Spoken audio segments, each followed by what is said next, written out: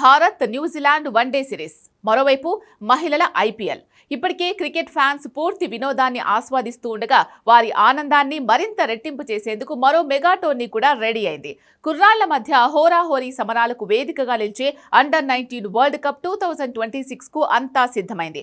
South Africa వేదికగా గురువారం నుంచే ఈ మెగా టోర్నీకి మొదలు కాబోతోంది. ఈ టోర్నీలో భారత్ టైటిల్ ఫేవరెట్ గా బరిలోకి దిగుతోంది.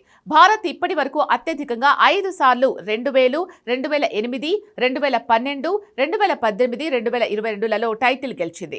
అండర్-19 ఆసియా కప్ లో రన్నర్ అప్ గా నిలిచిన భారత కుర్రాళ్లు గత వారం సౌత్ ఆఫ్రికాతో యూత్ వన్డే సిరీస్ ను క్లీన్ స్వీప్ చేసిన ఫుల్ జోష్ లో ఉంది.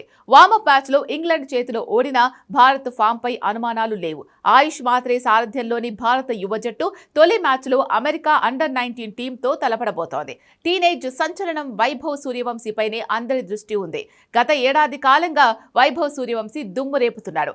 ఐపీఎల్ తర్వాత Asia cup, rising stars, under Asia cup, South Africa tour, ఇలా వరుసగా అన్ని సిరీస్లలో పరుగుల వరద పారించాడు. ఇప్పుడు ఈ మెగా టోర్నీలో కూడా వైభవ్ రెచ్చిపోయి ఆడితే కప్పు గెలవడం ఖాయం. అతనితో పాటు Hyderabadi batter Aaron George, Malhotra, Abhigyan Kundu, Ayush మాత్రేలతో భారత బ్యాటింగ్ లైనప్ అత్యంత బలంగా ఉంది.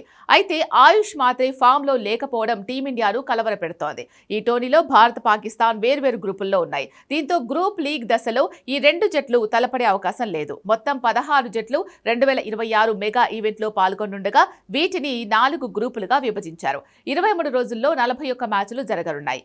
భారత్ ఆడే మ్యాచ్లకు బులవాయే ఆతిథ్యమిస్తోంది.